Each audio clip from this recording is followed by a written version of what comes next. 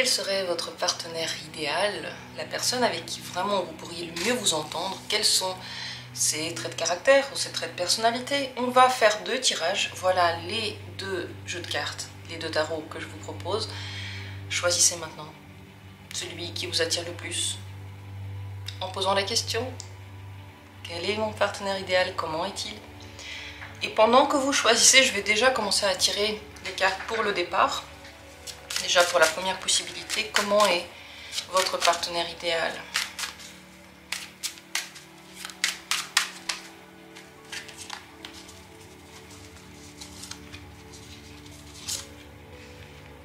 On va commencer par là, on va rajouter des cartes.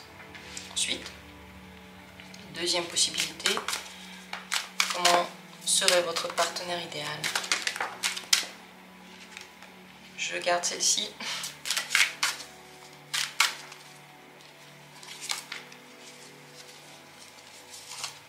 Ah. 4, alors carte. 4. Voilà les cartes ici qu'on a pour les 2 possibilités. Maintenant, je vous invite à choisir quel tarot vous voulez regarder, lequel vous attire.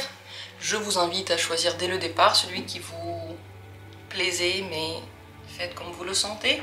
Et une fois que vous avez choisi, on va commencer le tirage. Dans la description, il y a les minutes pour chacune de ces possibilités. Et on va commencer par la première, bien entendu. Qu'en est-il? Quel est votre partenaire parfait, idéal? Il y a la reine de bâton, le 9 d'épée et le 4 d'épée. Vous avez besoin de quelqu'un qui a une base stable, surtout dans ce qu'il dit, surtout dans ce qu'il pense. Donc quelqu'un qui tient ses promesses, quelqu'un qui dit et fait, qui ne change pas d'avis tout le temps, qui peut-être même suit des coutumes, qui est intéressé par des... Ouais, c'est ça, par la lignée familiale, et on fait comme on fait par exemple les parents, ou peut-être qu'il fait aussi une activité qu'il continue de sa famille. Et s'il ne fait pas ça, c'est bien qu'il suive certaines coutumes, certaines mœurs, des choses qu'il répète tout le temps. Ces répétitions vous rassurent, vous font du bien. C'est aussi quelqu'un de très actif. Le corps doit être actif. C'est quelqu'un qui fait du sport, ou alors qui bouge, qui voyage, qui s'intéresse à des choses, curieux. Curieux, qui aime faire les surprises, donc il y a du feu. Ici, il y a l'élément feu et air. Il y a 2 fois l'épée et 1 fois le bâton. L'air prédomine. L'air, c'est les pensées, c'est la manière de communiquer. Vous avez besoin que cette personne communique d'une façon stable, que ce soit à peu près toujours pareil. Pas trop, ça c'est important. Et que cette personne vous parle à peu près de tout. Les discussions aussi sur les peurs vous plaisent, sur des choses qui l'inquiètent. Donc vous voulez que la personne partage énormément avec vous. Comme dit, la communication est très importante. Il faut que vous puissiez être en confiance avec cette personne, donc qu'elle garde vos secrets par exemple, mais qu'elle aime se confier et s'ouvrir et vous parler. Vous ne recherchez pas forcément quelqu'un qui a une confiance incroyable en soi, mais quelqu'un qui se cherche encore pourrait peut-être plus vous plaire. Mais ici, avec la reine de bâton, bien sûr, aime faire des surprises, aime entreprendre des choses, vous propose de faire des choses. Donc si les épées ne font plutôt que des choses dans la réflexion, les bâtons rajoutent l'action, et ça vous plaît, qu'il y ait et la réflexion et l'action.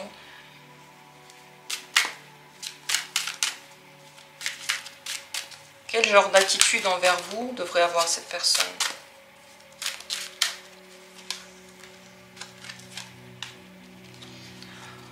Un diplomate, capable de trouver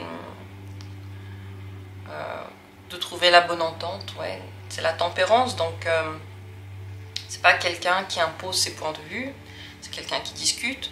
Ça veut dire que vous aussi, vous n'aurez pas le droit d'imposer vos points de vue. Vous allez devoir discuter, vous allez devoir parfois peut-être changer de point de vue, et cette personne aussi.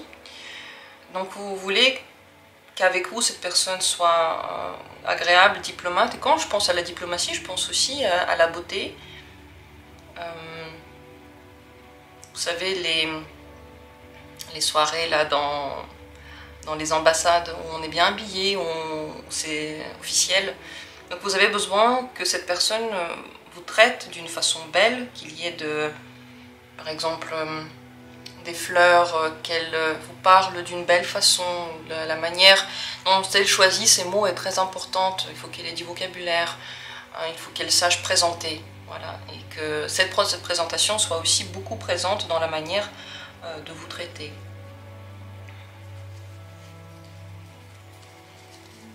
Idéalement, cette personne dans sa propre vie est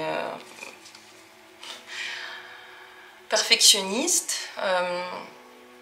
C'est quelqu'un qui a quand même un sens de l'analyse qui est très grand, qui peut juger, enfin bref, il y a un peu de froideur, quoi. Et froideur pas dans le mauvais sens, mais c'est pas les émotions qui prédominent chez cette personne. Et dans sa vie à elle, comment elle gère sa vie d'une main de fer, en prenant des responsabilités, en discutant quand même avec vous de beaucoup de choses, mais elle veut toujours apprendre, s'améliorer, bref, elle se demande beaucoup, cette personne. Voilà le profil qui vous conviendrait le mieux, beaucoup de communication, aussi des activités ensemble, et une communication surtout calme, sur laquelle on peut se poser, qui amène à quelque chose. Donc une personne qui va être trop feu ou je sais pas, trop explosive ou trop émotionnelle ne vous rendra pas heureux. Surtout là, il n'y a aucune carte d'émotion. Donc les émotions, ils sont bien gardées. Ici, c'est pas ce qui ressort le plus. Ça ne veut pas dire que cette personne n'en a pas, bien entendu. Mais c'est pas ça qui ressort le plus d'elle. Qu'est-ce que vous en pensez quand je dis ça? Est-ce que ça vous plaît ou pas? Ou est-ce que vous dites mais ne le prenez pas mal. Au contraire, c'est quelqu'un avec qui on peut avoir des discussions. Donc on dirait que pour vous, le côté intellectuel, le côté amical est très important. Qu'est-ce que vous en dites? Dites-moi en commentaire. Et merci d'avoir pris part à ce tirage. Deuxième possibilité, deuxième tarot. Et là, on en a 4 qui sont sortis, donc une qui est tombée. Et puis, les 3, je les ai tirés. Donc, avec quand même des énergies qui se ressemblent toutes, qui parlent toutes de la même chose. Le 8 de bâton, le soleil, le cavalier de bâton et la roue de la fortune. Quelqu'un qui va vite. Beaucoup de bâtons, beaucoup de feu. Le soleil, c'est du feu aussi. Très joyeux, sens de l'humour, motivant, motivateur, qui aime bouger, rapide, donc léger. Rapide et léger, ça veut dire que la personne, elle bloque pas sur des questions, sur des problèmes, elle n'est pas tout le temps en train de, je sais pas, de ruminer. Bien au contraire, elle garde toujours le futur, elle est légère dans sa prise de décision, d'ailleurs elle fait tout vite.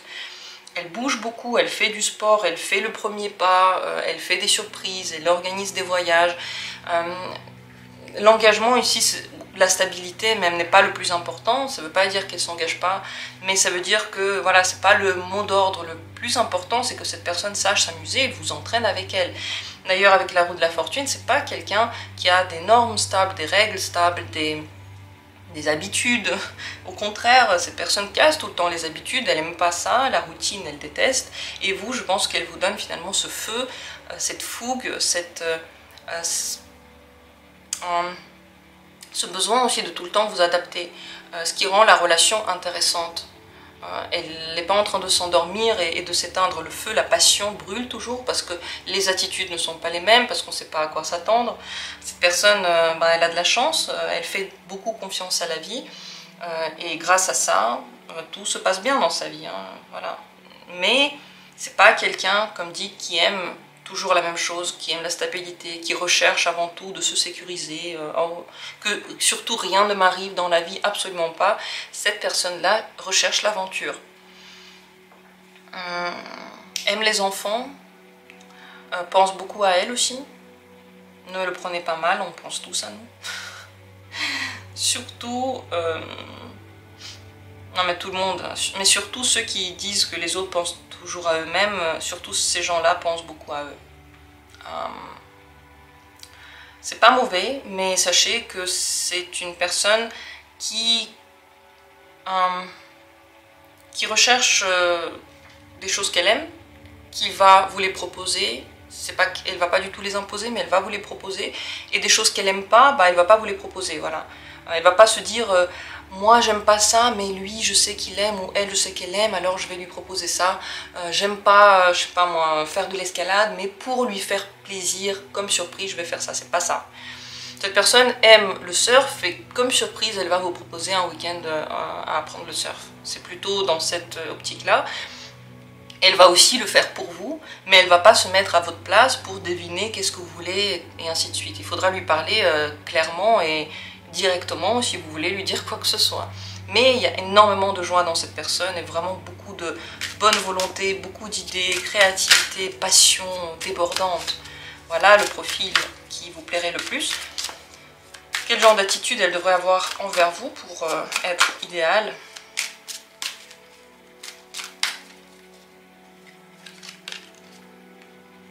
Pas stable. Le plus important, elle ne doit pas être stable. Et même, je pense que vous pouvez être attiré vers des personnes qui vous créent des montagnes émotionnelles, des hauts et des bas émotionnels quand c'est pas... Ouais, quand c'est pas toujours la même chose, quand c'est pas...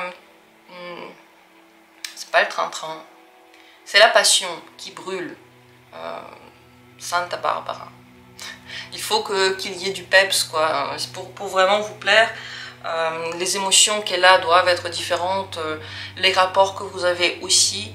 Si vous pensez, par exemple, que vous ne savez pas pourquoi vous êtes attiré vers des gens avec qui vous avez des relations très passionnelles, très changeantes, mais vous n'avez pas trop de stabilité, vous vous dites « j'aime pas ça », et bien visiblement, pour le moment, c'est ce qui vous correspond le mieux. Si vous trouvez que c'est pas bien, il faudrait changer quelque chose à l'intérieur de vous.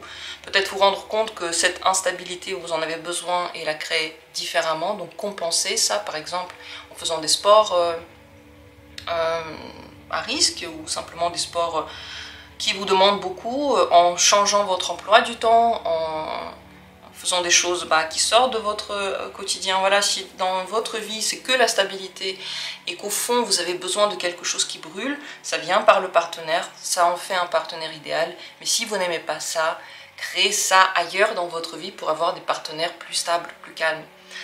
Ici, cette personne, comment elle vous traite, différemment, ça dépend. Elle a des humeurs, elle ne vous laisse pas tout passer. Vous ne pouvez pas lui dire de n'importe quelle manière les choses que vous voulez lui dire parce que elle va vite se rebeller. Voilà, c'est quelqu'un qui a énormément de caractère finalement.